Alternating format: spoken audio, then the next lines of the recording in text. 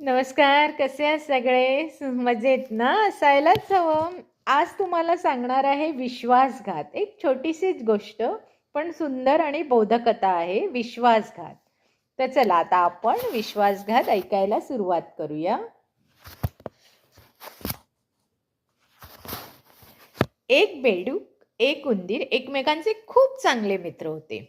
बेडूक उंदराच्या घरी जाऊन रोज जेवण करीत असे.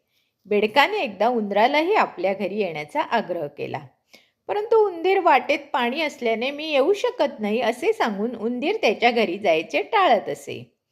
परंतु एकदा बेडकाने खूपच आग्रह केला तेव्हा त्याचा एक पाय आपल्या एका पायाला बांधून पाण्यातून निघाला. परंतु बेडूक हा स्वार्थी व खादाड होता. त्याचे धूर्तपणाचे वागणे हे त्या उंदराला कळलेच नाही व तो त्याच्यासोबत निघाला. वाटेत बेडकाच्या मनात आलं की उंदराला पाण्यात बुडवून टाकावे आणि त्याच्या बिळातले सर्व अन्न आपल्याला मिळावे असा तो विचार करू लागला.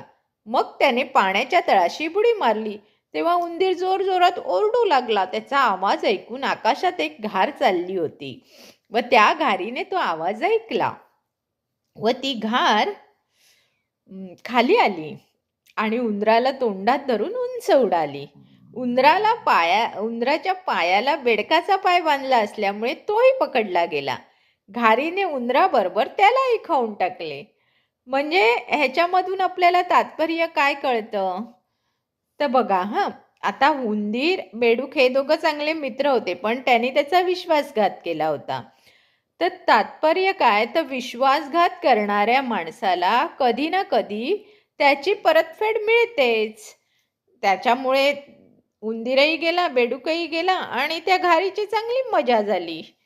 जर तुम्हाला ही गोष्ट आवडली असेल तर माझं चॅनल लाईक, शेअर, सबस्क्राईब करायला विसरू नका. बाय.